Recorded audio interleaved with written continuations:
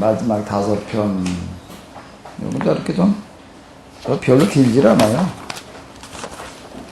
아까 오늘 몇 편들은 뭐 3절씩 있었는데 그 3절은 아니고 몇 절씩 되기는 하는데요. 자, 이제 시편 146, 7, 8, 9, 10 5편이 뭘 말하는지를 우리 5편 한꺼번에 다 읽으면서 한번 좀 생각을 해보시기 바랍니다. 이 시편 여기 마지막 5편을 통해서는 뭘 말하려고 하는지를 좀 염두에 두시면서 한번 쫙 이어서 보시도록 하겠습니다. 할렐루야. 할렐루야. 나 여호와를 찬양하리라. 이 목숨 살아있는 동안 나 여호와를 찬양하리라. 한 평생 나의 하나님께 찬양 노래 부르리라. 저 지도자란 자들을 믿지 말아라. 무릇 인간이 어찌 인간을 구해낼 수 있으랴. 죽고 나면 먼지로 돌아가 그날로 그들이 세워두었던 계획은 끝장나고야 만다. 얼마나 복되랴. 야곱의 하나님을 도움을 주실 분으로 삼는 사람은, 하나님 여호와를 굳게 믿은 사람은, 여호와 하늘을 내신 분, 땅을 지으신 분, 바다를 펼치신 분, 그 안에 사는 세상 만물을 지어내신 분, 언제까지나 하신 약속은 꼭 지키시는 분, 억압당하는 이 편드셔서 재판하시고 굶주리는 이에게는 먹을 양식 주신다. 여호와께서는 감옥에 갇힌 이를 해방시키신다. 눈먼 이의 눈을 뜨게 하신다. 쓰러져 있는 이를 일으키신다. 바르게 살려 애쓰는 이 사랑하신다. 우리 땅에서 뭉쳐 사는 이 보호하신다. 고아와 과부를 도와주신다. 그렇지만 하는 짓마다 못된 짓뿐인 것들을 내쳐버리신다. 여호와는 영원토록 임금이시니 시온아 내 하나님은 오고 오는 세대에도 다스리시리로다. 할렐루야. 147편입니다. 할렐루야. 얼마나 좋으랴. 우리 하나님께 찬양 노래 부르는 일, 주께 찬송하는 일, 얼마나 즐거우랴. 얼마나 근사하랴. 여호와께서 예루살렘을 다시 이룩하신다. 사로잡혀간 이스라엘 사람을 다시 모아들이신다. 마음 찢어진 이들 어루만져 주신다. 그들의 상처 싸매주신다. 별들의 숫자도 일일이 알리시고 저마다 그 이름 지어 부르시는구나. 크셔라 우리 주님, 그 엄청난 힘 한없으셔라. 그 슬기를 어찌 다 헤아리랴. 여호와 가난한 이들을 들어 높이 올리시며 못된 짓만 일삼는 것들 땅바닥에 내동댕이 치시는구나. 고마워라. 여호와께 감사 노래 불러라. 가야금 뜯으며 우리 하나님께 노래 불러라. 주님은 하늘에 구름을 펼치시는 분, 땅에 비를 내리시는 분, 언덕마다 풀을 자라나게 하시는 분, 집순마다 먹거리를 마련해 주시는 분, 울어대는 어린 까마귀에게 먹을 것 주시는 분. 주님은 힘센 군마라고 기뻐하지 않으신다. 용가부사가 용사라고 기뻐하지 않으신다. 오직 여호와 모시고 사는 일을 기뻐하신다. 한결같이 따스하게 아껴주시는 하나님께 기대는 이 기뻐하신다. 예루살렘아 여호와를 찬양하여라. 시온아 내 하나님을 찬송하여라. 성문을 든든하게 지켜주신다. 주님 백성에게 복 내리신다. 내 나라의 평화가 깃들이게 하신다. 가장 좋은 일로 배부시되신다. 주께서 땅으로 명령을 내려보내시니 그 말씀 어찌 그렇게도 빨리 이루어질 수 있을까. 양털처럼 늘려있으시고 새처럼 소리를 뿌리시며 우박을 자갈들처럼 퍼부으시니 아무도 그 추위를 가려낼 수 없다. 또 명령을 내리시어 그것들을 녹이시고 바람 불게 하시니 물이 흐른다. 주님의 말씀을 야곱에게 내리신다. 주님의 가르침과 법을 이스라엘에게 알리신다. 그러나 다른 백성에게는 이렇게 하지 않으시니 저희는 그 법도 알지 못하는구나. 할렐루야. 148편이요. 할렐루야. 하늘에서 여호와를 찬양하여라. 그 높은 곳에서 주님을 찬양하여라. 주님의 심부름꾼들아 모두 다 주님을 찬양하여라. 모든 군대가 주님을 찬양하여라. 해야 달아 주님을 찬양하여라.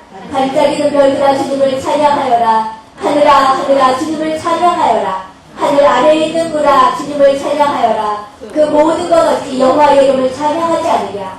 주께서 정하시어 짐받지 않았더냐. 명령 내려 있을 그 자리에 영원히 세워주셨으니 어찌 그 자리를 지키지 않으랴. 땅에서 여호와를 찬양하여라. 바닥의 문화 깊은 바다야 모두 다 찬양하여라. 번개야 우박아 누나 폭풍아 주님의 명령 그차 따라가는 것들아 모두 다 주님을 찬양하여라. 모든 언덕아 산들아 열매 맺는 나무야 온갖 수포라 주님을 찬양하여라. 집짐승아 들짐승아 기어다니는 것들아 날개 달린 새들아 주님을 찬양하여라. 왕들아 모든 나라 사람들아 통치자들아 모든 지도자들아 주님을 찬양하여라. 처녀들아 청년들아 노인네들아 어린아이들아 주님을 찬양하여라. 여호와의 이름을 다 함께 찬양하여라. 그 이름 홀로 드높으시도다. 주님의 영광 땅과 하늘 위에 찬란하시도다. 주님의 나라 튼튼하게 세우셨으니 주님의 백성 이스라엘이 주께 가까이 다가가는 모든 이들이 주님을 찬양하는도다. 할렐루야. 149편이 되겠습니다. 할렐루야. 여호와께 새 노래를 불러라. 믿음 깊은 이 다 함께 모인 자리에서 주님을 찬송하여라. 이스라엘아 기뻐하여라. 너희를 지으신 분 생각하여 기뻐하여라. 시온 백성아 즐거워하여라. 너희 이름 생각하여 기뻐하여라. 춤추며 주님 이름 찬송하여라. 북치며 가야금 뜯으며 주께 찬양 노래 불러라. 여호와께서는 주님 백성을 축복하신다.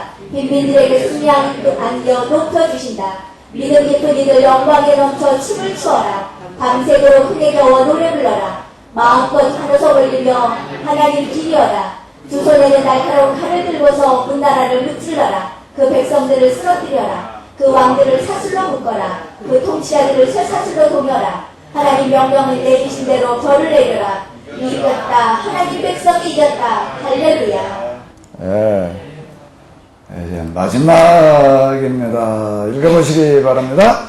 할렐루야. 주님 성전에서 하나님을 찬양하여라. 엄청난 주님의 힘 직장에서 찬양하여라. 하시님 놀라워라. 주님을 찬양하여라. 위대하고 위대하시니 주님을 찬양하여라.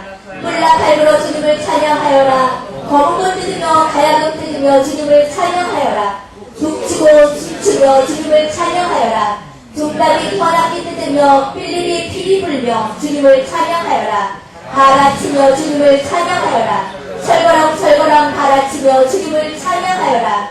숨쉬는 모든 것들아 여호와를 찬양하여라. 할렐루야. 아멘. 마지막 5편을 읽었는데요. 일단 5편의 공통점을 한번 찾아봐요. 뭐가 공통점이지요? 이제 그것도 그렇고 일단 저자가 다 누구가 되는 거죠? 작자미사. 그러니까 여기 지금 이 시편을 우리가 읽어 내려가는 데 있어서는 이런 부분들이 굉장히 중요했다라고 하는 거고요. 저자가 다 누구의 시라는 거예요? 작자미상 무명. 이거는 그건 작자미상은 지금 우리가 쭉 이렇게 봐온 대로 어떤 사람이라고 우리가 추정해 볼 수 있는가 하면은 포록이 그 이후에 모아둔 사람들의 말씀을 가르치던 사람들.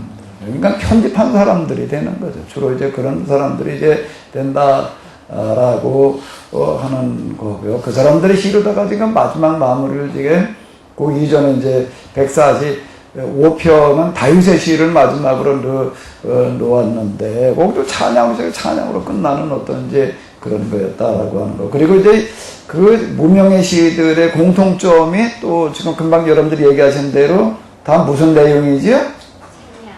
찬양인데 똑같이 패턴이 똑같습니다. 뭐죠? 5편이 다?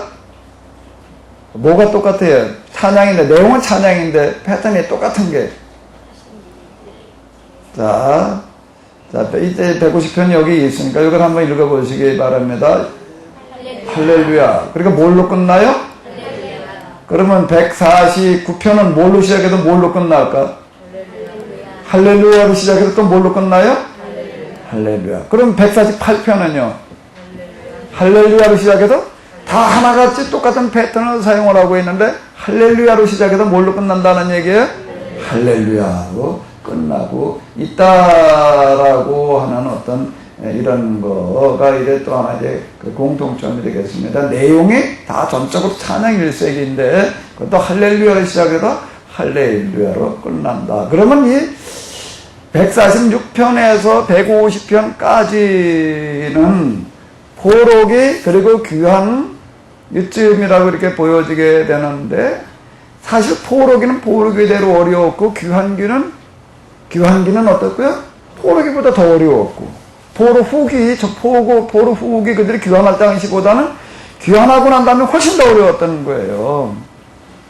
훨씬 더 어려운 그와 같은 상황이었다라고 하는 겁니다. 그 시기에 이제 시편을 편집을 한 거. 그리고 시편이라고 하는 거가 이제 거기 있는 사람들의 마음을 그대로 그냥 다 드러낸 어떤 그 당시 정서, 사람들의 마음이 그대로 저게 반영되어 있다라고 이렇게 볼 수가 있는데, 일단 그렇다라고 하는 건데, 그걸 이제 이런 식으로 편집을 해가지고, 아, 이 사람들 이렇게 이걸 가지고서 이렇게 가르쳤구나. 그들 율법을 가지고 또 시편을 가지고 설교를 했다라고 하는 거가 이렇게 한 거로구나라고 하는 생생한 흔적을 우리가 여기서 이제 엿볼 수 있다라고 하는 측면에서 이제 이건 대단히 중요한 거예요. 야, 이 사람들 정말 이런 상황에서 이렇게 설교를 하고 이렇게 신앙생활을 하면서 그 어려움들을 이겨냈구나라고 하는 것을 볼 수가 있는 거예요. 그럼 이제 마지막 마무리를 짓는 거예요.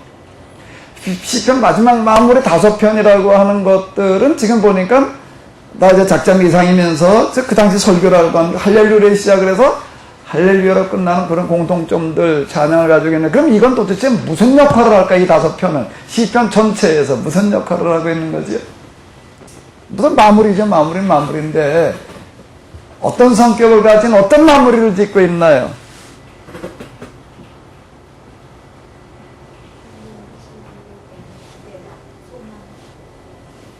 뭐를 하고 있을까요? 뭐를 하고 있을까요? 149편 이렇게 보게 되면은, 여기 보게 되면은, 할렐루야, 여호와께 새 노래를 불러라. 이렇게 찬양, 이거 계속 얘기하는데, 찬양, 찬송입니다, 여기. 다 찬양이에요, 다 찬송이에요. 5편은. 뭐, 뒤쪽으로 넘어도 거의 다 그렇게 하는데, 특히 이제 5편에는 그렇게 모아 놓았어요, 일부러 여기 아주. 할렐루야로 시작해서 뭘로 끝나요? 할렐루야. 그건, 이거는 어떤 찬양일까요? 어떤 찬양이요? 지금 상황은 어떻다고요? 어려워요. 이건 이제 다 틀렸다. 다 틀렸다 하고 이제 포기하고 지금 이제 그러고 있는 어떤 이런 표현들 뭐 여러 번 나오고 있었잖아요. 그런 상황인 거예요. 그런데 이런 상황에서 지금 마지막 5편은 뭘 하고 있을까요? 뭘 하고 있는 거예요? 뭘 하고 있는 거예요? 무슨 노래, 무슨 찬양이에요? 새 노래가 무슨 새 노래? 소망, 희망이 새 노래가 무슨 노래? 개선과 승리의 찬양이다. 승리의 찬양을 앞당겨서 부르고 있는 거예요. 하나님의 명령 내리신 대로 벌로 내려라. 자, 여기 149편 마지막 절을 이렇게 새 노래를 불러라 그래 놓고나 그래가지고서 마지막 절은 뭐라고 그러죠? 여기 한번 읽어봐봐요. 이겼다 하나님의 백성이 이미 승리의 개선가를 지금 부르고 있는 거예요. 하나님의 백성이 이겼다는 거예요. 근데 상황은 지금 이긴 상황이 아니에요. 진 상황이지. 완전히 바닥 상황이죠, 지금요. 이게 시편의 교대함이에요. 근데 여기서 그냥 개선가를 지금 부르고 있는 거예요. 할렐루야.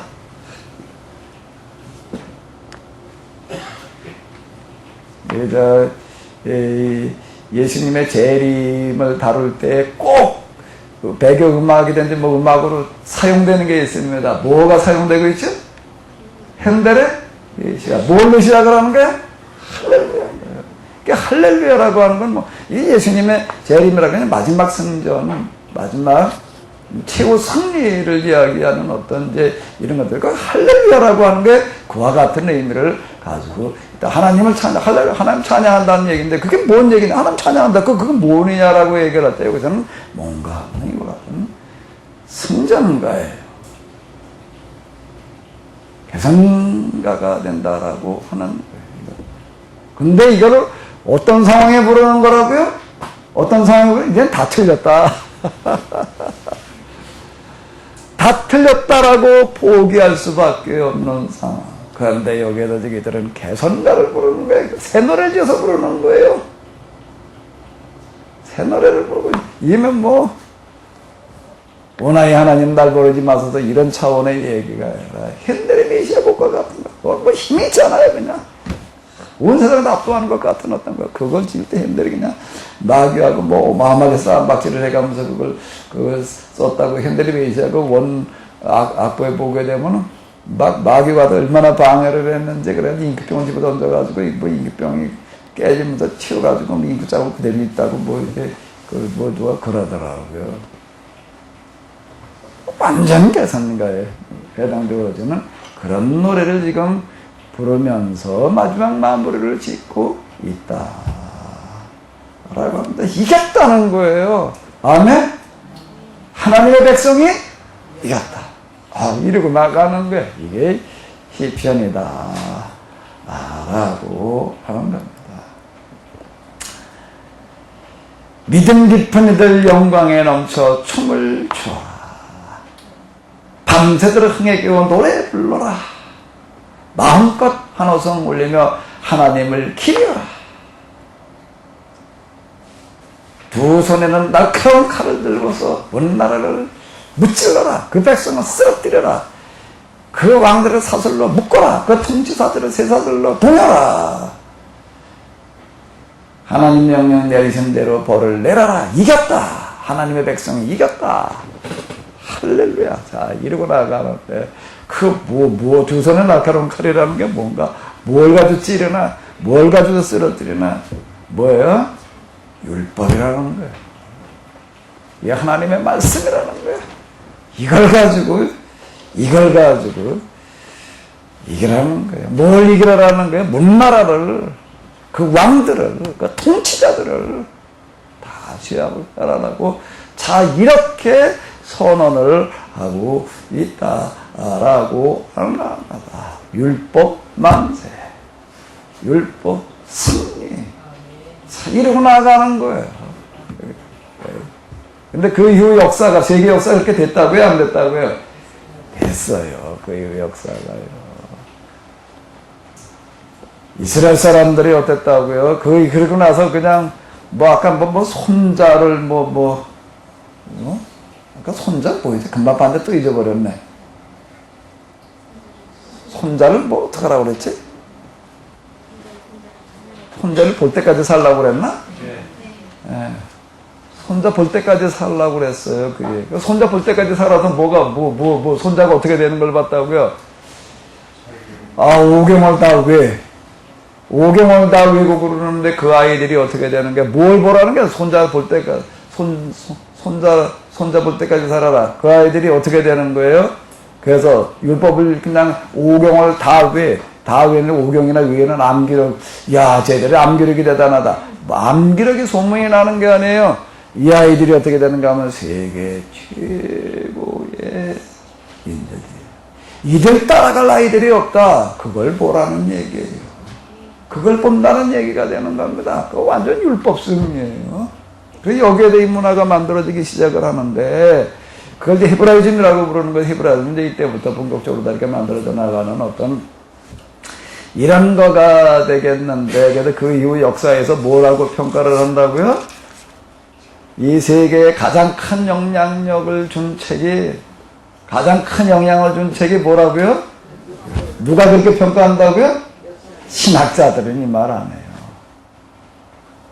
교회에서 목사들은 이런 설교 안 해요. 그런데 기독교인이 아닌 사람들이, 그냥 역사를 연구하는 사람들이 가만히 세계 역사를 연구해 놓고 보니까 율법만큼 세계 역사에 영향을 준 게 없어요. 이스라엘 사람들에게나 영향을 줬다는 게 아니에요. 그래서 이 율법이 뭘로 번역이 되어지는가? 그 다음에 헬라어로 번역을 하게 되고. 왜? 그 이집트에서 했어요, 이집트에서. 왜 했다고요? 이스라엘 애들이 말이야, 저 조그만 놈들, 아주 지질이 못 사는 그냥 아주 코딱지 많은 놈들에서. 근데 어떻게 쟤들이 우리 애들보다 알렉산드리아라고 하는데, 거기 도서관이 얼마나 어마어마하게 건데, 그 당시 수백만 권에 뭐가 있었다라고 이렇게 얘기를 하고. 거기 얼마나 교육에 집중을 했는데, 로마 최고의 교육도시, 그럼 알렉산드리아인데, 그 애들이 맥을 못 추는 게 어디, 예루살렘, 코딱지 많은 놈들, 그거 지질이만 못 사는 거, 그거 정말 별것도 아닌데, 근데 그 아이들을 따라갈 재간이 없는 거예요. 왕의 자존심이 확 사게 해서, 도대체 어떻게 우리 애들이 예루살렘 쟤들한테 질 수가 있냐. 깨달로 돼. 가서 연구 좀 해봐야 왜 그런가. 그랬더니 학자들이, 전문가들이 가서 연구를 해봤더니 어떻다고요? 걔들은 어릴 때부터 뭘 배우기 때문에? 율법이라는 거. 걔들은 아무것도 없습니다. 이거저거 우리처럼 어릴 때부터 영어 유치원에 보내는 것도 아니고, 우리나라도 다 그냥 영어 반장을 해가지고, 파출부를 해서라도 애들 영어 유치원을 보내겠다. 이놈의 영어. 자다가도 영어, 그러고 자고 죽다가도 영어 그러고 죽을 판이야. 그냥. 그런 걸 하는 것도 아니고 애들 때부터 뭐 영재를 만들겠다고 뭐 영재 학원을 보내는 것도 아니고 특별 무슨 과외를 하는 것도 아니고 그냥 율법만 가지고 공부를 하고 있습니다. 그 율법이 뭐길래 그러냐. 어쨌든 걔들은 율법을 공부하다 보니까 세계 최고의 이렇게 똑똑한 애들이 돼서 따라갈 재간이 없습니다. 야, 그러면 우리 애들도 그 율법 좀 가르쳐라. 그런데 그건 히브리어로 쓰여져서 읽을 재간이 없습니다. 그래서 어떻게 하라고? 그 히브리어 가르쳐라 그러지 않고 뭐라고요? 야, 그걸 갖다가 우리 애들도 이렇게 헬라어로 번역을 해놔라. 그래가지고 이 성경의 헬라어로 번역이 되게 되었다라고 이렇게 얘기를 하는데, 다음 시간부터 이제 우리가 십계명이라고 하는 걸로, 십계명과 이 주기도문이라고 하는 걸로 좀 더 같이 시편과 더불어서 이렇게 다뤄보려고 제가 이렇게 생각을 한 거는, 시편이라고 하는 건 전적으로 지금 뭐예요? 율법인 거예요. 율법 만세, 율법 만세. 율법은 영원하리라. 만세야. 만세가 아니라 만세. 자, 이러구나. 십계명이라고 하는 건 율법에 이제 그 실무하는 어떤 이런 의미를 가지고 있는 거예요. 그걸 한번 연결져서 이제 보자라고 이제 이게 좀 서로 궁합이 맞겠다라고 생각을 해가지고 이렇게 지금 해보는 건데요. 율법이라고 하는 거. 그럼 뭘 어떻게 해가지고 그럼 이 아이들이 그때뿐만 아니라 지금도 세계를 휩쓰는 애들이 다 유대인들이 돼가지고 있거든요. 뭘 어떻게 하면 그렇게 되는가라고 하는 걸 우리가 좀 한번 이렇게 찾아보자라고 하는 어떤 이런 거고요. 자, 어쨌든 이제 결론은 뭔가 하게 되면은, 결론은 뭔가, 뭘로 끝내는 거예요? 이겼대요. 하나님의 백성이. 이렇게 지금 아주 자신만만하게 지금 선언하고 있는 거예요. 자신만만하게. 뭘 어떻게 하면 이긴다는 거야. 이겼대. 이길 거다 그러지도 않아. 이길이라도 아니야. 아예 과거형을 써놔요. 이건 이것처럼 진짜, 하나님의 백성이 이겼대. 우리가 이겼다. 뭘로 이긴다는 거예요? 이걸 가지고 이제 율법 이제 뿌리가 내려져 있는 걸 보니까, 아주 살아서 손자를 한번 봐라. 손자 뭘 보라고요? 그 아이가 어떻게 돼가는지를 한번 봐라. 세계 속에서 어떻게 평가받는지를 한번 봐라.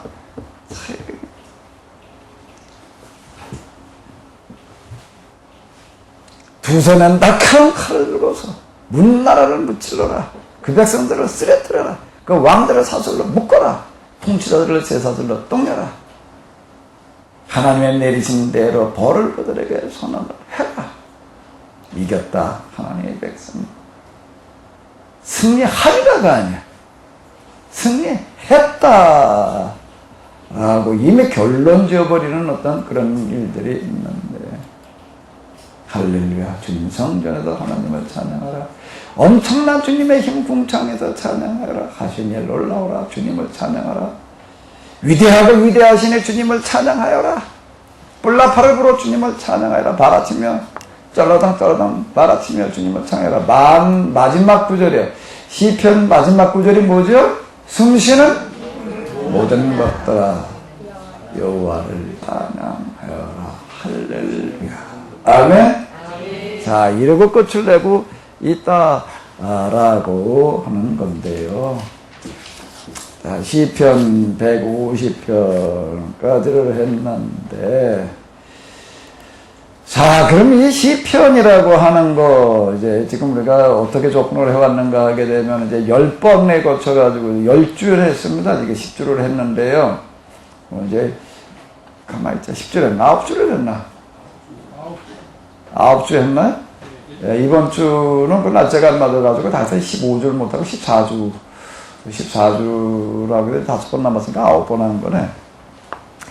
9번에 맞춰서 지금 이렇게 했는데, 자, 이거는 지금 전적으로 무슨 부조로 다 짜여져 있는가 하면 오경 부조로 짜여져 있다라고 하는 거야. 1권이 41편, 2권이 몇 편까지죠? 72편, 3권은요 73편에서 89편, 4권은 90편에서 106편, 그리고 지금 5권, 오늘 우리가 다는 107편에서 150편까지가 되겠는데요. 왜 오경 구조인가 하게 되면은 보록에 가가지고 뭘 재발견했기 때문에? 오경을 재발견했기 때문에. 그리고 시편이라고 하는 건 실제 그들의 그 삶의 현장과 직접 아주 밀접한 어떤 그런 것들에 대해서 이제 이 시편을 가지고 많이 가르쳤다라고 하는 걸 우리가 이제 시편을 통해서 이제 볼 수 있는데, 이걸 5편으로 나누어가지고 이걸 통해서 뭘 강조하려고 그러고 있는가 하면 시편을 통해서 뭘 강조하려고 그러고 있는 거지? 율법을 강조하려고 하는데 있다라고 하는 거예요.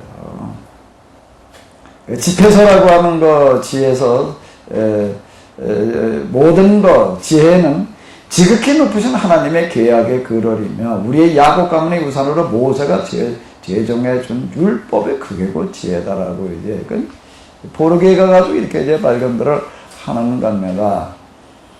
자, 오경, 요거를 이제, 요 구조를 5편으로 되어져 있는데요. 요거를 조금 이제 전체를 다시 한번 머릿속에다가 좀 잘 좀 그려보도록 하겠습니다. 1편이라고 하는 건 전체 서문에 해당되어지는 건데, 그러면 더 나가면서 볼까요? 시편 1편으로 다시 이제 한번 넘어가서 쭉 넘어가면서 이제 한번 보겠습니다. 1편이라고 하는 거는 뭔가 하게 되면은 시편 전체의 주제와 같다라고 하는 건데, 익숙한 걸로다가 이렇게 볼까요?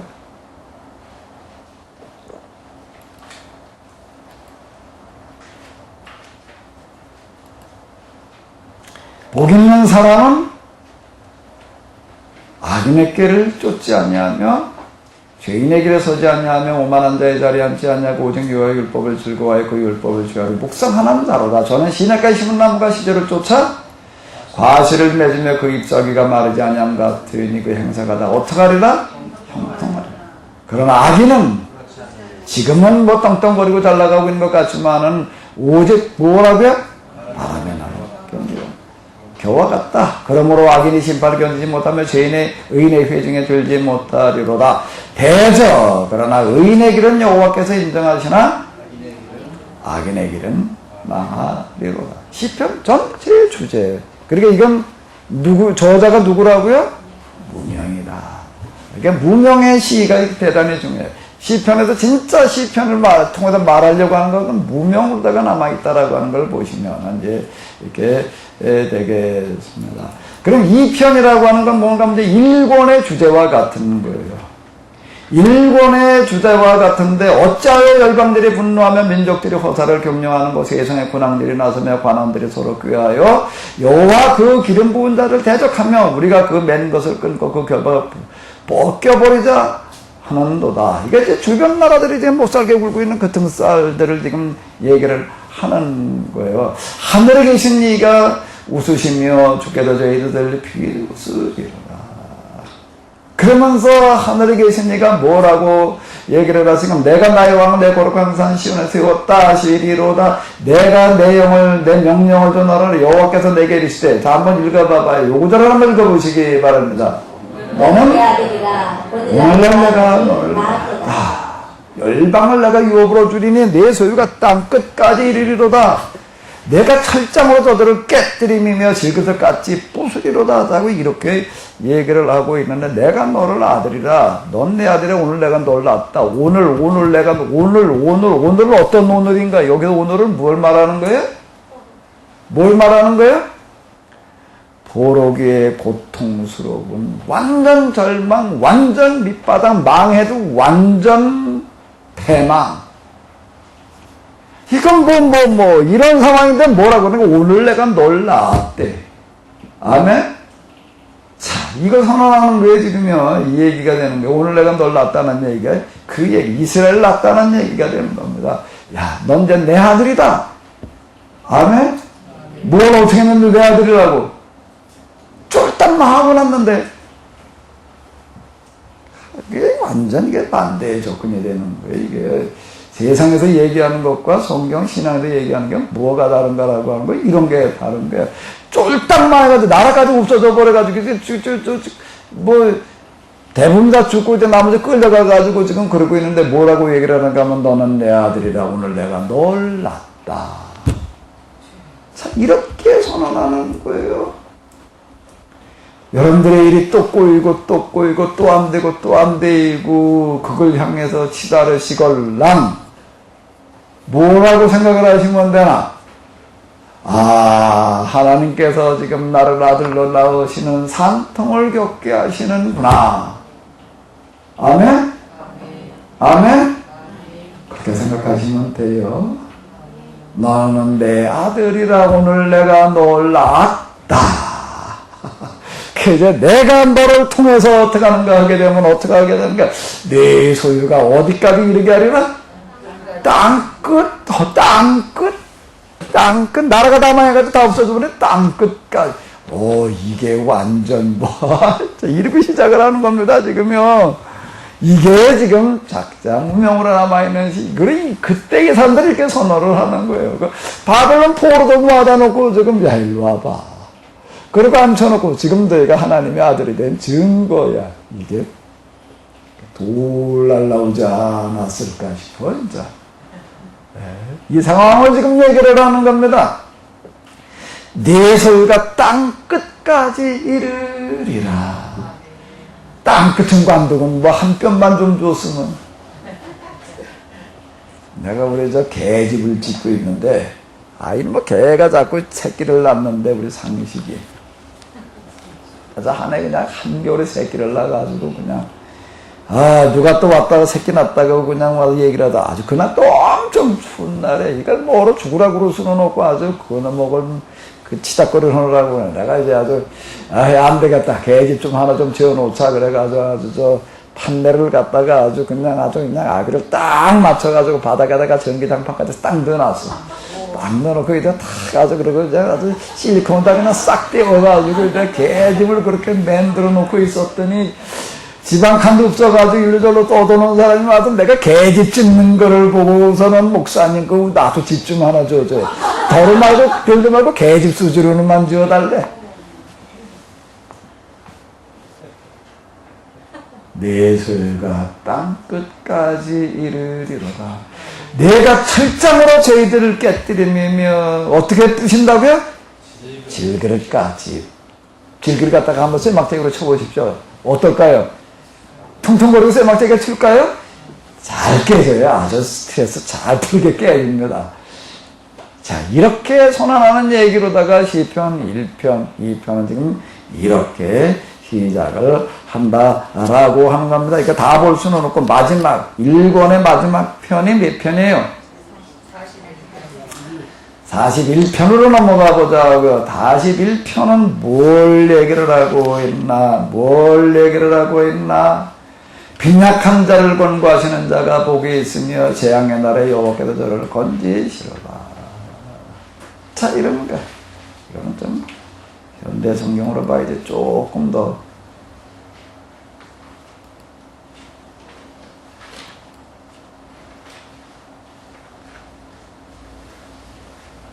얼마나 복되랴 어디 한 거 기댈 데 없어 가난하게 살아가는 이들 돌보아주는 이들은 재난받는 날 여호와께서 그런 이들을 건져주시리라.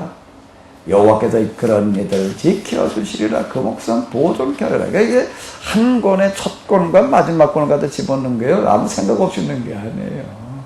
그건 많이 생각하면 이거 이 사람들 그리고 이건 뭐 그냥 시편이나 이러고 그러고 끝난 게 이거 가지고 계속 설교한 내용들이니까 이제 성경 자체가 그렇지만 시편은 그 당시 설교집이라고 보면 되는 거예요. 이렇게 보면 되는 겁니다. 그러니까 맨 마지막에 뭘로 끝나는 거예요? 이스라엘의 하나님 여호와를 트높여라.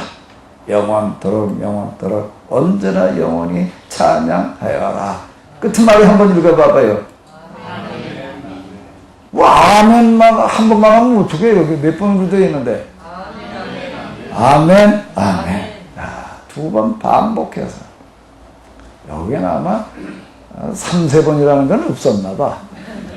우리 같았으면 3번을 했을 것 같은데, 우리는 어렸을 때 이왕이면 3-4번이라고 그랬죠. 여기는 아마 2번이면 족한 것 같아, 이 동네는. 42권으로 넘어가게 되면, 42편으로 넘어가는데 2권이 시작되어지는 거예요. 목마른 사슴시내 물을 찾아 헤매이듯이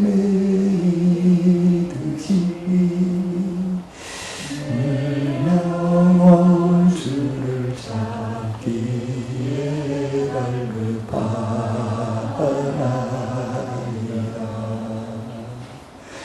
주님만이 나의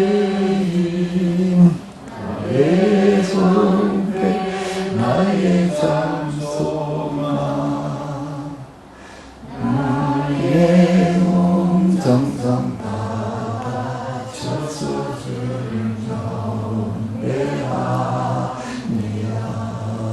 로 시작을 하는 거예요. 전혀 우연이 아니에요. 자, 이제 우리가 들어가자는 거예요. 하나님을 찾되 목마른 사슴 샘을 찾아 헤매듯이 하나님만을 찾아라. 자, 이러고 시작을 하는 거예요. 그리고 이제 마지막 2권의 마지막은 몇 편이에요? 72편. 누구의 시예요? 솔로몬이 이스라엘의 뭔가 어쨌든 이스라엘에서 최고의 북의 영화를 누렸던 어떤 그와 같은 사람의 시. 이걸 여기다 갖다 넣어놨습니다. 아줌마가.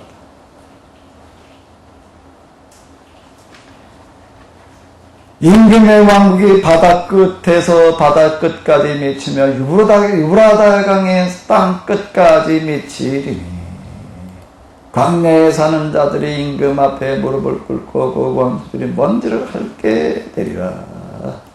다시스와 섬나라 왕들까지도 임금에게 조공을 바치며 스바와 시바 왕들도 예물을 임금께 바치리라. 왕이란 왕들은 모두 와서 무릎을 꿇으리라. 나라와 나라는 모두 그를 섬기리라. 자, 이러고 선언하는 그런 기도로다. 그런 내용으로다가 2권을 마무리를 짓고 있다라고 하는 겁니다. 영광스러운 그분의 이름을 찬양하여라. 영원히 찬양하여라. 온누리의 주님의 영광이 가득 차게 하여라. 또 뭘로 끝나요? 한번 읽어봐봐요. 여기 3-4번은 없어. 2번이면 족한 것 같아. 그리고 이제 뭘로 시작을 하죠? 이제 3편으로다가 또 3권을 이제 시작을 합니다. 이제는 누구의 시로 넘어가는가? 아삽의 시. 지금 여기도 그렇게 보지는 않았는데 1권, 2권에 다윗의 시가 제일 많이 들어있습니다. 73편에 제일 많이 들어있는데, 그런데 그것은 다 전적으로 우리가 뭘 하는 시들만 들어있다는 거예요. 거기냐? 웬 원수, 저주, 그냥 나 이런 것들이 들어있다는 거. 설정 그걸 통해서 뭘 강조한 거였죠? 우리가 정말 너무나 잘못된 삶을 살았다. 신앙생활 잘못했다. 그런 것도 고백하는 거라고 이렇게 보면 되고요. 3권은 주로 이제 아삽의 시가 이제 여기 많이 들어있는데, 하나님은 이스라엘에게 오지시고 마음 깨끗한 이에게 오지신 분임을 잘 알고 있으면서도 나는 하마터면 발을 헛디딜 뻔하였다. 걸음을 잘못 걸어 넘어질 뻔하였다. 괜찮지 않은 자들을 희생한 까닭이라. 못돼 먹은 것들이 자산한 꼴을 본 까닭이라. 이렇게 지금 얘기를 하고 있습니다. 이건 지금 여기도 이게 13편에서 얘기하는 어떤 이런 것들은 뭔가 하면 아주 절망적인 상황. 아까도 얘기한 대로 그 당시 전쟁은 나라와 나라끼리의 전쟁은 뭐와 뭐끼리의 전쟁이라고요? 신들끼리의 전쟁이라는 거예요. 그 진건 우리 신이 졌다는 거예요. 그런데 뭐 할 말이 없는 거예요. 그러니까 바로도 바벨론의 그 마르고 신앙을 보니까 이건 뭐 말이야. 그러니까 하마터면 어땠다는 거예요? 하마터면 뭐예요? 발을 헛디디고. 여기서 이제 뭔가 하면 이제 보로기를 다루는 그와 같은 이제 시들이 이렇게 되는 건데요.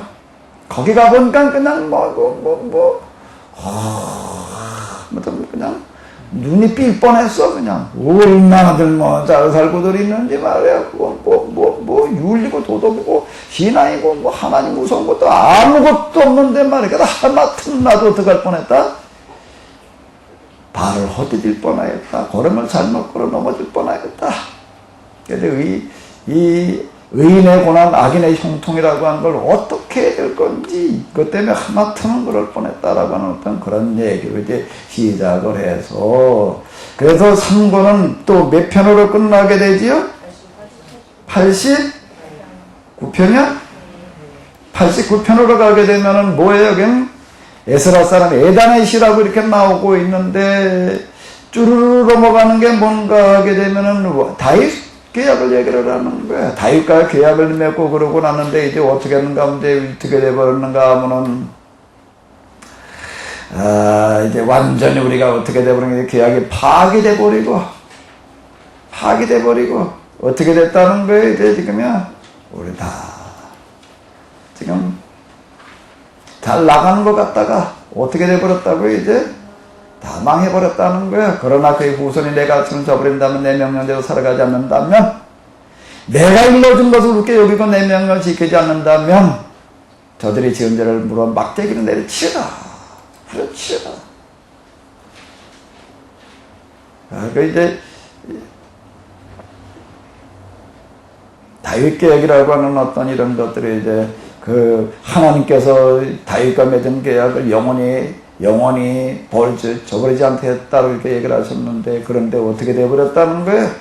주님의 종 다윗과 맺은 계약을 깨뜨려 버리시고, 주님께서 진노하셔서 몸도 뽑으신 임금을 내치시고, 그를 버리시고, 그의 왕관을 진액탕 속에 던져버렸습니다. 그의 도성 성벽은 허물어져 버리고, 그가 든든하던 요새도 폐허로 만들어 버렸습니다.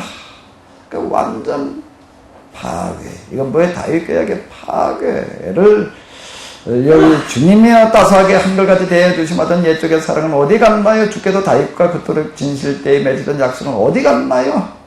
지금 그런 얘기예요. 또 여호와를 찬양하여라 영원히. 또 아멘이 몇 번이에요? 아멘. 어쨌든 그러고 이제 89편 다윗 계획이 완전히 파괴돼서 우리가 지금 이 모양이 됐다라고 하는 것들을 이제 절망을 얘기를 하면서 90편으로 넘어가게 되는데, 90편으로 넘어가게 되면은 90편은 누구의 시인가? 모세의 시가 나오는 거예요. 모세의 기도, 여기 시라고 나오더니 기도라고 나오는데, 모세 기도는 이제 다윗 계약은 파괴됐고 이제 돌아갈 곳이 어디인 거예요? 시내산 계약. 그 1권, 2권의 다윗의 시들을 모아놓았는가라고 하는 것들을 이제 우리가 이렇게 볼 수가 있는 거죠. 이게 우리가 계약을 저버리는 행위였다라고 하는 것들을 얘기하는 거로 보시면 되겠습니다. 이제 우리가 돌아갈 곳은 어디예요, 이제? 시내산 계약이라고 하는 거고, 여기 4권의 마지막에 몇 편이에요? 106편으로 넘어가게 되면은 여호와를 찬양하라, 여기 감사하여라. 이제는 이제 4권에서 감사, 찬양 많은 것도 완전 절망 속에서 그러는데, 근데 이제 여기에서 이제 어떻게 하는 수밖에 없는가 하게 되면은 모세를 계속, 모세의 시로 시작해서 모세의 이야기로 끝내는 거예요. 모세. 이제 우리가 살 길은 어디 있다는 거예요? 모세의 희생, 모세의 중재,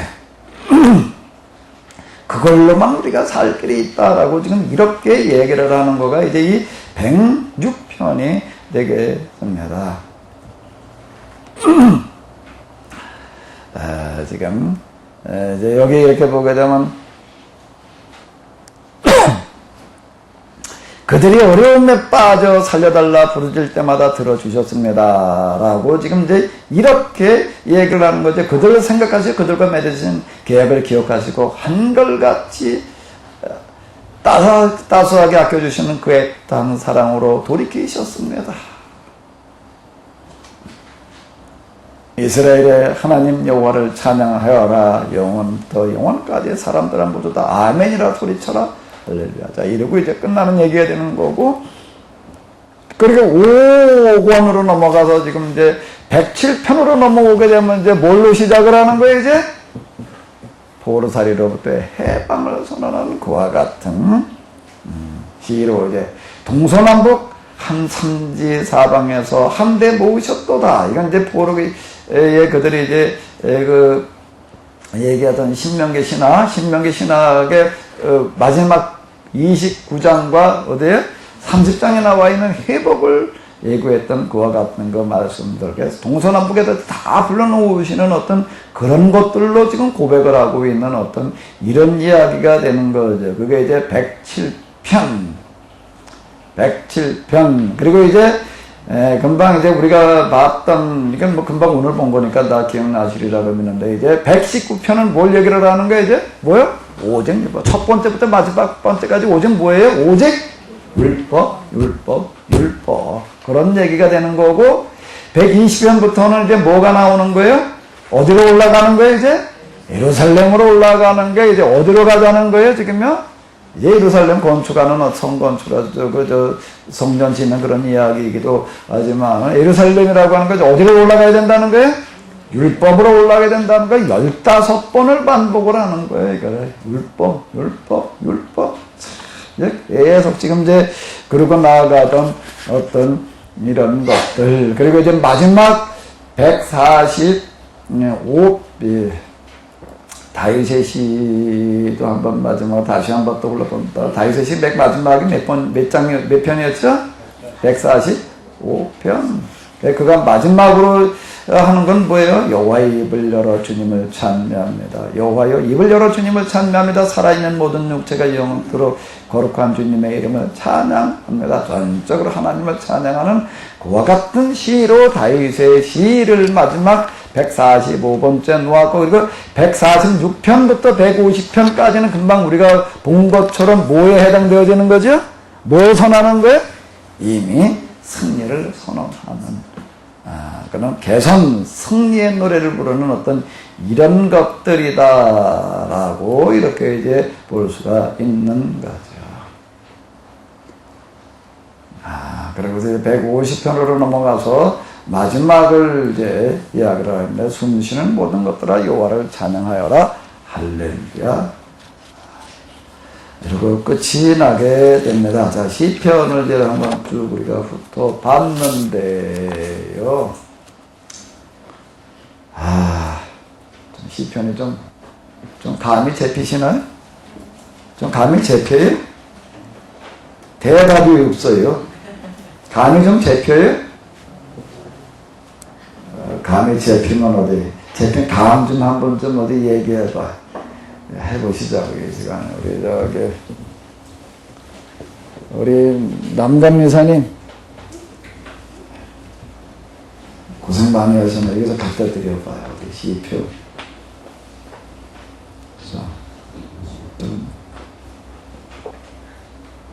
어떠셨는지 좀 한번 어디 얘기 좀 해보시죠.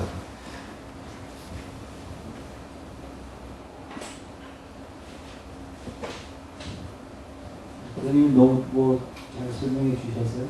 그냥 글을 따르기죠.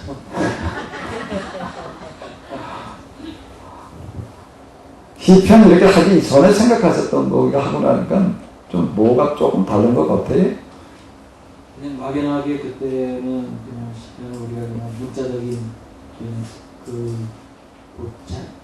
단편적인 것만 갖고 해석을 했었는데, 이걸 보니까 율법의 전체적인 그 포로기에 이해를 하지 않으면 진짜 이렇게 볼 수 없겠구나, 이렇게 해석할 수 없겠구나. 그래요. 아이고, 네, 그동안 수고하셨고요. 또 좀 한 말씀씩 좀 해보셔. 우리 목사님, 그냥 한 번도 안 빠지고 오신 것 같은데. 사실 저는 이 시편을 들으면서 굉장히 위로를 받았어요. 여러 가지 어려운 상황 가운데 있을 때 저만 그 고난 중에 있다고 생각을 해서 하나님한테 사실은 버림받았다는, 내가 뭔가 잘못해서 그런 생각을 많이 가지고 있었습니다. 근데 지금 이것을 다 보고 나니까 정말 이 고난이 정말 나에게 유익이 된다는 사실을 깨달았고, 이제 낙심하지 않고 더욱 하나님을 신뢰할 수 있을 것이라는 그런 기대를 가지고 나갑니다. 그렇게 성문서 우리가 지난하게 다룬 욥기 그 지혜서라고 얘기한 것들하고 또 시편 이런 것들도 지금 아주 완전 전망적인 상황 속에서 이 문제를 다루고 있다라고 하는 어떤 이런 게 되겠는데요. 우리 뒤에 좀 눈그렇게 설명해줘서 한 말씀 좀 해주시죠. 시편을 이렇게 푸실 거라는 거는 생각도 못했습니다. 어떻게 볼 걸로 생각을 하셨어요? 역사적으로 제가 율법을 정말 그 어떤 삼성의 자녀들이 어떤 아버지가 뭐를 원하시는지 어떤 그런 기업의 어떤 정신을 정말 아버지가 원하는 데 맞춰서 이렇게 기업을 끌어가는 것이 맞는 것처럼 우리는 정말 하나님의 자녀라고 하면서 하나님이 무엇을 원하시는지 그것을 정말 생각을 맞춰서 알려고 하는 것은 관심이 없었고 그냥 우리 교회, 우리 자신이나 이런 것에만 초점을 맞추면서 조금 기도가 응답이 되고 좀 문제가 해결되고 그렇게 하면 하나님이 나를 사랑한다라고 하는 걸 그러면서 이렇게 착각하고 살고 있었거든요. 그래서 시편을 하면서 정말 율법에 대해서 정말 하나님이 뭘 원하시는지 정말 정신 차리고 공부를 해야겠다라고 하는 걸 다시 한번 깨달았습니다. 그냥 사실 제가 여러분들한테 이제 다음엔 좀 이거 했으면 좋겠다라고 주문을 많이 받은 것 중에 하나가 시편이에요. 그 시편을 좀 한번 좀 해봤으면 좋겠다. 일단 그렇게 얘기하시는 분들은 뭐 때문에 아마 그런 얘기들 좀 하셨나라고 생각되나 하면 제가 이제 역사서나 이런 거 얘기하면 다윗의 그런 실상들 이제 많이 얘기를 했잖아요. 근데 시편 읽다 보니까 이제 다윗의 시가 많고 또 그동안 뭐의 은혜들을 많이 받았나 하면은 시편 중에서 무슨 시요? 다윗의 시의 은혜들을 많이 받았는데 근데 제 세미나를 와서 이제 듣고 나서 보니까 그 다음에 다윗의 시를 읽을 수가 없다는 거예요. 이걸 어떻게 해야 되느냐. 그러니까 이제 한번 좀, 해줬으면 좋겠다. 그런 얘기들을 아주 제가, 많이 들었습니다. 그러다가 이제 맨 마지막으로 이렇게 좀 다루게 이게 됐는데요. 그 사실 시편 건 뭐 저한테도 대단히 쉽지 않은 그런 책이었어요. 그리고 지금 우리 대학원에서 우리가 이제 그 공부하는 과정 가운데 구약 성서 주석을 다루면서 구약의 2권, 신약의 2권을 선택을 해가지고서 주석이라고 하는 거 어떻게 되는지 이제 이걸 다룰 때 구약을 뭘 선정을 했는가 하게 되면은 그 중에 하나가 그 시편을 이제 우리가 선택을 해가지고서요. 이제 아예 시편 가지고 구약 중에서도 시편 가지고 이제 박사학위 받은 분이 있더라고요. 이제 그분은 이제 어떻게 이제 물색을 해가지고 와가지고서 저희가 이제 뭘 이렇게 다뤄봤는데, 근데 저는 그분의 그걸 이제 이렇게 쭉 듣고 나서 보니까 시편이 더 어려워지더라고요. 그러니까 선문학적인 분석 뭐 이제 이런 걸 가지고 이렇게 얘기를 해놓으니까는 이게 참, 시편을 신학 중에서도 좀 문학과 결부시켜가지고 해석을 한다라고 하는 거가, 이거 참 대단히 어려운 거로구나. 이제 어떤 그런 생각을 좀 이제 이렇게 해봤는데, 저는 뭐 그렇게 신학이라고 하는 것도 제가 많은 부분 참고를 하고 그러긴 하지만 문학적으로 다루려고 그러는 건 아니고, 제가 지금 접근해 들어간 건 어떻게 접근해 들어간 거죠? 어떻게 접근해 들어간 거예요? 어떻게 접근해 들어간 거죠? 저는요, 영성이라고. 저는 이걸 영성이라고 생각을 하는 거예요. 성경에 영성으로 해석을 한다라고 하는 건데, 이렇게 하는 건 영성으로 해석한다라고 하는 건데, 그건 전적으로 하나님의 입장에서. 그러니까 하나님의 입장이라고 하는 걸 또 뭐와 일치하는가 하면은, 그거를 기록하고 편집한 사람들의 입장과 일치한다라고 하는 거예요. 지금 여러분들은 아마 혹시 그렇게 좀 느껴지셨는지 모르겠는데, 금방 우리가 이제 이렇게, 마지막 5권의 그 짤막짤막한 그 무명의 시들을 볼 때 그게 그 시대에 뭐라는 거예요? 그들의 절규. 정말 눈물 아니면 말할 수 없는 상황이에요. 정말 눈물로 말하는 얘기들이에요. 이 얘기가요. 이게 그 상황에서 이걸 정말 원 밑바닥도 세던 그런 밑바닥이 없는 이런 상황에도 그대로 앉혀놓고 지금 그걸 독려해가지고 끌고 나가는 어떤 이런 거에 제가 얘기하는 영성은 뭔가 하면 성경을 해석해 나갈 때 그 기록하는 사람들 또는 편집하는 사람들 이렇게 가슴으로 만나요. 제가 그렇게 이제 접근해가 본 거예요. 좀 이제 얼만큼 됐는지는 잘 모르겠는데 어쨌든 그래 보려고 좀 이제 그런 겁니다. 이 철부지라고 하는 어떤 이와 같은 이 부분들. 나중에 제가 이렇게 영성으로 접근해 들어가는 데에는 이제 뭐가 여기에 많이 작용이 뭐가 많이 작용이 되어지는 건가 그러면 제 그 어떤 개인적인 신앙 경험이라고 하는 거가 많이 그 영향을 주고 있는 거예요. 그건 왜 그런가 그러면 사실 금방 이제 시편 23편이 이제 철부지의 어떤 그런 거다라고 하는 쪽으로다가 시편 23편만 그렇게 본 건 아니잖아요. 이제 다윗의 시편에서 그렇게 얘기되고 있는 어떤 이런 부분들이 이제 그렇게 보이는 어떤 이런 부분들은 뭔가 하면 저 자신의 어떤 신앙적인 그런 하나의 경험이었고 저에게 나타나는 어떤 일들이 또 거기서 경험되어지던 어떤 이런 건데요. 자, 우리 김병수 목사님 특별히 좀 김병수 목사님은 그 개인적으로도 그냥 많은 일들을 겪으셨고 이제 그러셨는데 좀 얘기해 주시죠. 그러니까 쉽게 한 가지 중요한 것 같네요. 율법사 읽어준다 그러면은 율법사가 종교 문제라고 그러면은 현실에 갔을 때 종교 합치는 게 없어요. 딱 두 가지. 찬양과 기도지요. 종교의 무기라는 거죠. 아주 율법사 연관되니까는 시편이 이렇게 마지막에 이렇게 10년 만에 마지막으로 강의하게 되는 거 이해가 돼요. 근데 그 시편 하면 요즘에는 이제는 매일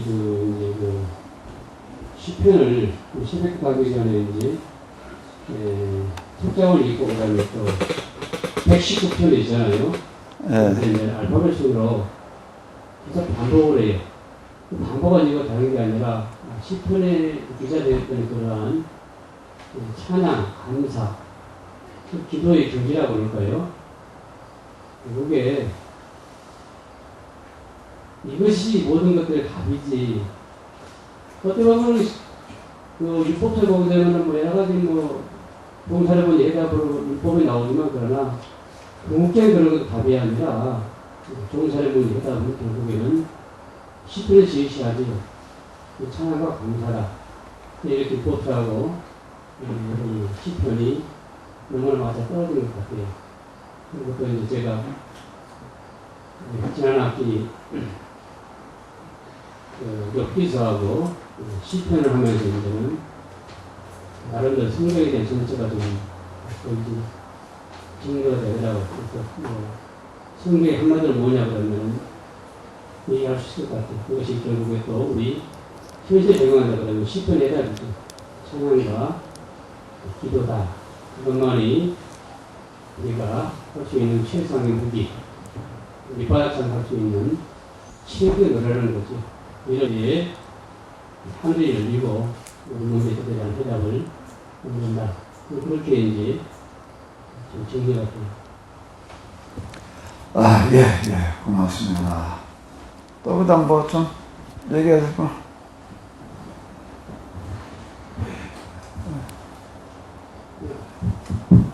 시편 좀 막연했었고, 이제 민영 뭐 다윗 흠집 내기 이런 식의 교세색 강의에서 과연 시편이 어떻게 해석이 되는가 궁금했었는데요.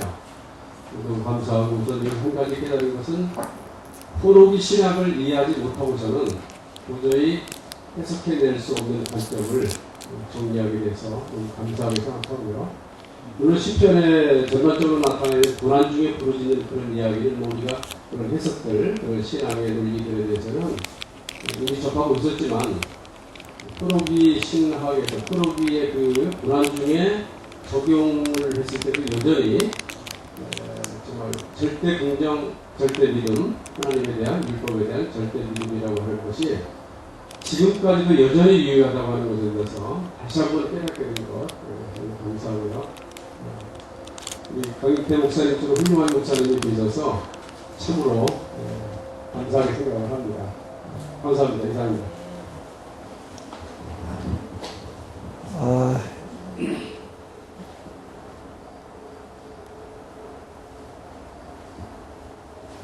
너무 부담스럽게 생각지 마시고 그냥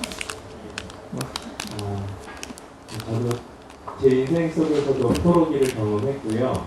그리고 살아가시는 모든 사람들의 삶의 이야기를 들어보면 다 포로기의 삶을 겪고 계시더라고요. 그래서 그분들 속에 하나님께서 현실적으로 역사하시기 때문에 참 이 시편의 말씀을 스스로도 공감을 하고 그 속에서 이 하나님께서 이 고난의 여정을 어떻게 극복해 나아가야 될까, 이제 포로기를 겪는 제 인생 속에서 겪는 부분에 있어서도 할렐루야의 삶을 살았거든요. 그러니까 잘 극복이 되더라고요. 그래서 그러한 것을 삼아 또 그런 분들과 나눌 때에도 할렐루야의 삶을 살도록 공부하고 있습니다. 그냥 뭐좀 좋은 쪽만 얘기하지 마시고 아까 이제 우리 박은영 목사님 얘기하신 것처럼 좀 이제 좀 잘 납득되지 않는 부분도 같이 얘기하셔도 또 좋을 것 같아요. 뭐 제가 하는 것은 항상 다 옳다는 건 전혀 아니고, 그리고 제가 한 대로만 또 하실 일도 아니고, 저는 하나의 뭔가 한 예를 아까 금방 얘기해 드린 대로 지금 뭐 욥기는 물론 그랬고 그 시편을 이렇게 봐나가는 거에 이제 저한테 어떤 가장 큰 영향을 좀 결정적이다라고 이렇게 얘기할 수 있는 것은 뭔가 하면 제 경험이에요. 전적으로 그냥 제 신앙 경험 속에서 이제 어쨌든 해석되어진 그런 거다라고 이렇게 이제 보시면은 되겠습니다. 네, 우리 또 집사님 그냥 또 이렇게 교육까지 갖다 주셔서 너무 감사드리고요. 우리 갖다 주셨는데 박수를 한번 못 해드렸어요. 집사님 갖다 주셨거든요. 네. 고맙습니다. 제가 말씀드리고 싶은 것은 지금 시대에 세대는 물질 만능주의고 성경에서 나왔던 포로기와 같은 이러한 시대는 아니라고 보거든요. 물질적인 상황이라든가 현실의 문화라든가 이런 것을 보게 되면 지금 청소년들이 겪고 있는 이 시점에서 우리가 청소년 옛날에 성경에서 나와 있던 그 어려운 고난을 가지고서 교육의 지표를 삼아가지고 우리의 삶을 본다 이러면 지금 현 시대의 청소년들한테 물질 만능주의 이 시대에 시편을 가지고서 그 학생들한테는 어떠한 말씀으로 교육을 해야 하니 너희도 이렇게 어려운 겪은 속에서 해석을 해야 되는 건지, 지금 이 문화 속에서는 우리가 겪었던 그 옛날에 배고픈 시대라든가 이런 것을 간접적으로 느껴서 어느 정도는 이해할 수 있지만은 지금 시대의 젊은 청소년들은 배고픈 시대를 전혀 모르고 있는 이 시대들인데 이 고난을 어떻게 해석을 해서 그들이 깨우쳐야 될 것인가 하는 것이 제가 보는 좀 의문사항으로 지금 남아있거든요. 우리 저 고등학교 선생님을 하셨으니까 어쨌든 이제 이 청소년의 문제가 과제로 남아 계실 텐데 이제 그 적용 부분 그 아이들한테 어떻게 해야 될지는 이제 그건 이제 우리 선생님이 만들어 내셔요. 그 상황 속. 선생님이 말씀하셔야 되는 거 아닌가요? 네? 가르치는 선생님이 좀 말씀하셨잖아.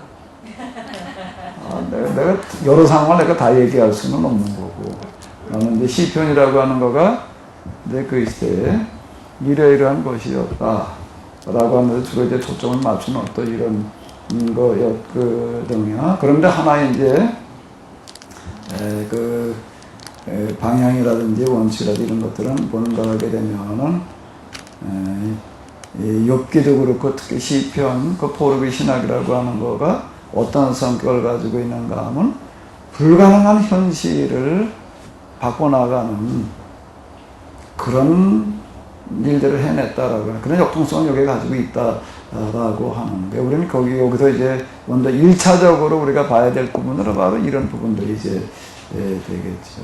1차적으로 여기서 정말 우리가 봐야 될 것들이 이제 이런 것들이고. 그런데 이런 문제는 어느 시대나 있게 마련인 거예요. 그럼 여기에서 우리가 뭘 얻는가 하게 되면 이제 통찰력을 이제 얻는 거죠. 그럼 우리는 우리 시대에 이걸 어떻게 해야 될 것인가, 라고 하는 건데, 그런데 우리가 이제 포로기에 하나 우리가 얻어낼 수 있는 어떤 이런 것들은 뭔가 하게 되면은 그 시대나 이 시대나 아이들이 항상 그 수능이라고 하는 거 따라오려고 하는 것은 굉장히 어려워하는 거예요. 애들은요. 자기 나름대로도 이렇게 가려고 그러는 거죠. 그런데 그걸 어떻게 하는가 하면 어떻게 하는 거지요? 지금 여기 얘기가 어떻게 하는 거예요? 이거 타협하는 건가요? 아닌 거예요. 거짓말처럼 어떻게 가는가 하면 오히려 극단으로 몰고 가는 거예요. 극단으로. 이거 하면 안 된다라고 하는 식으로다가 아이들의 요구 조건에 이런 거, 금방 이제 애들 문제 이런 거, 전혀 거기하고 맞추는 게 아니라, 아이들에게 맞추는 게 아니라, 아이들을 갖다 여기다가 맞추게 하는 그와 같은 일들을 냈다라고 하는, 그거가 하나의 그 특징이에요. 그러니까 아이들에게 맞추는 게 아니다라고 하는 겁니다. 절대 타협이 아니에요. 이건 완전 노타협이에요. 그리고 상상하기 어려울 만큼 오히려 그 당시로 얘기를 하면 아주 극보수로 몰고 가는 어떤 그런 성격을 가지고 있다라고 하는 거고, 그 아이들, 그럼 생각을 해봐요. 우리가 말은 남 얘기니까 쉽지만 우리 애들 갖다가 어디 나가지고도 어디 오경을 한번 다 외우게 해봐. 예? 그게 이제 청소년 나이 때까지 그냥 그것만 가지고 씨름을 해야지 그게 되는 노릇이거든요. 그 아이들이, 그리고 그게 어디 동떨어 가가지고서 이스라엘이라고 하는 애들은 공동체는 다 거기만 모여가지고 다 고르고만 있는 애들이 아닌 거예요. 거기는 바벨론 한복판인 거예요. 거긴 이스라엘 애들의 숫자보다 다른 애들이 그렇게 안 하는 애들이 훨씬 많은 거라고요. 그런 상황 속에서 아이들이 성년식을 할 때까지 율법을 다 누구라고 얘기할 것도 없이 다 외교권 만들어 놨다라고 하는 것은 이게 얼마나 그들이 정말 힘든 일들을 해냈을까라고 하는 거예요. 그때나 이때나 상황은 다를 바가 없는 얘기거든요. 이걸 해낸 거예요. 그게 옛만큼 됐을 때 이제 여기서 이걸 얘기한다라면 이제 지금 우리가 마지막에 가가지고서 아예 개성가를 앞당겨 부르고 있는 그런 이야기들은 무슨 얘기가 되는가 하게 되면 그런 내다보는 거야. 이걸 이렇게 해놓게 되면 아이들이 틀림없이 이 아이들이 가장 위대한 아이들이 되리라고 이렇게 내다보는 거야. 그 확신이 있는 거야. 근데 그게 정착되어 가는 걸 보면서 지금 이제 이렇게 얘기를 하고 있는 어떤 이런 거라고 이렇게 보여져요. 저한테는. 저한테 그렇게 보여지는 어떤 이제 그런 부분들이거든요. 또 누가 마이크 잡으셨다고? 예, 또 한 말씀 하셔요. 그게 아니고 잡혔어요. 많은 분들 말씀하신 것들 저는 공감하고요. 이게 이미 있었던 글들이 편집자의 의도에 의해서 편집된 그런 거죠. 편집자들 내지는 그 설교자들이 참 바라볼 수 없는 암울한 상황에서 갖고 있었던 그런 비전들이 굉장히 놀랍고 그런 비전을 갖고 있었기 때문에 무엇을 해야 할지를 알고 이런 편집과 또 이런 글들을 정리하지 않았나 이런 생각이 들어서 특별히 이제 종교 지도자들이 비전을 가져야 되는 그런 생각들을 좀 했고요.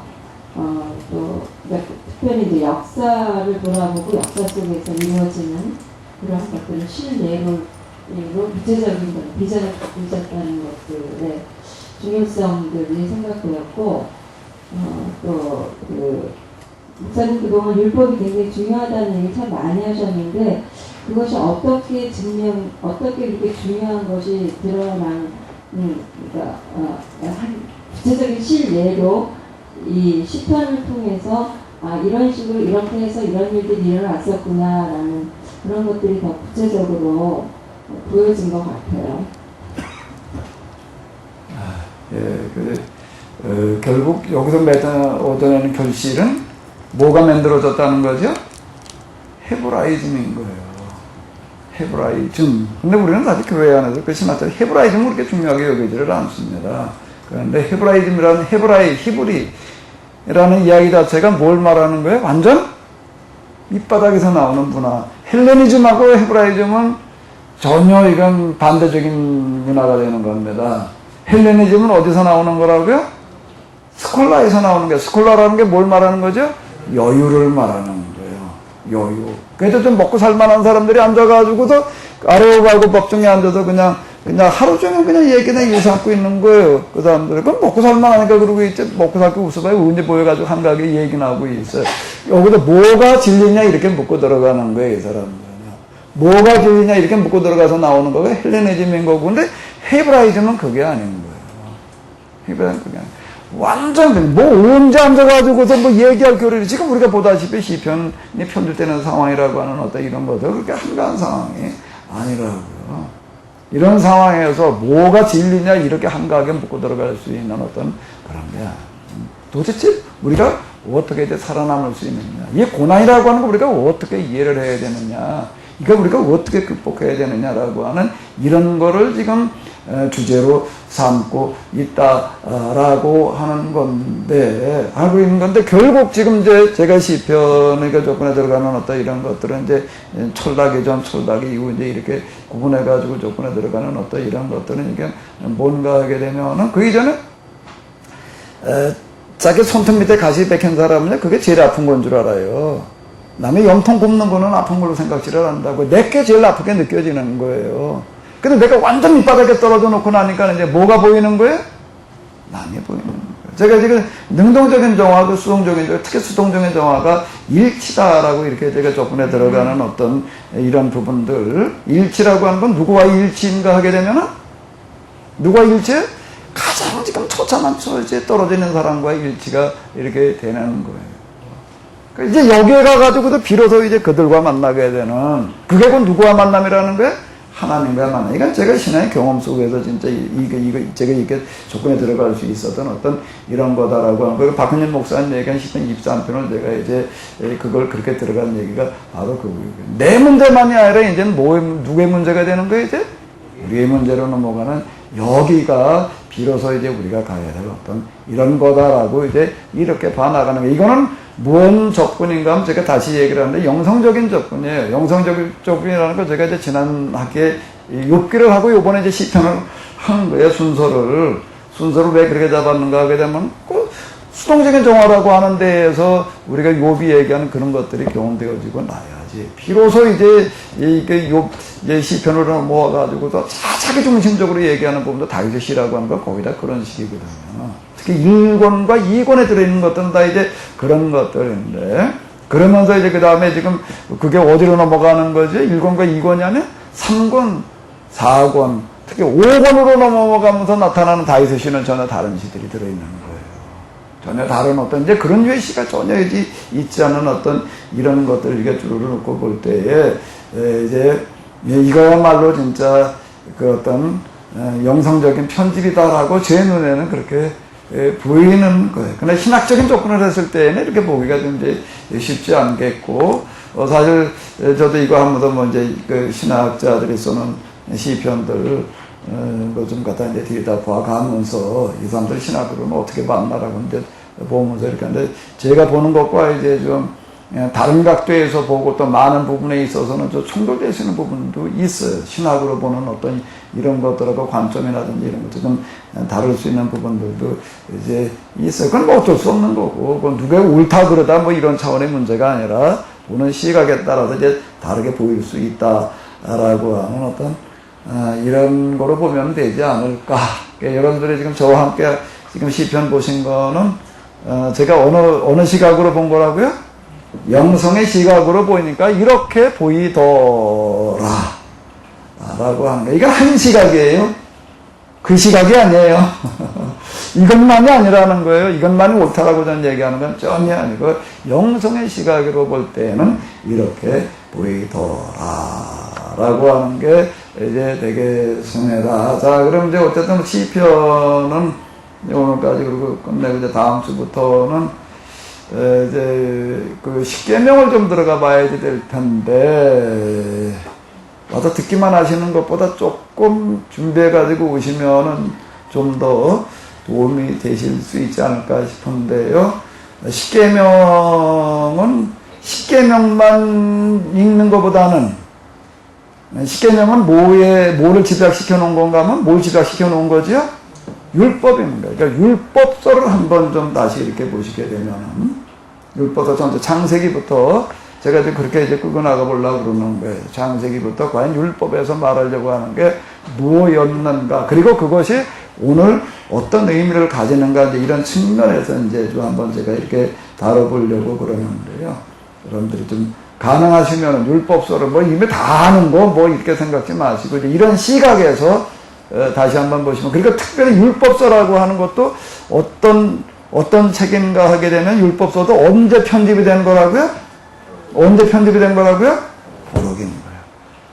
오늘 우리가 가지고 있는 성경은 다 그런 거, 구약 성경은 다 포로기 때 편집되어지는 겁니다. 율법서도 그렇고 예언서도 그렇고 역사서는 그때 아예 쓰여지는 거고, 역사서는 편집이 아니라 그건 쓰여지는 거고, 지금 뭐 시편 지금 저희가 다뤄본 바와 같은 어떤 이런 건데요. 예, 어쨌든 그동안 시편 같이 이렇게 좀 다루시느라고 고생하셨습니다. 예, 고맙습니다.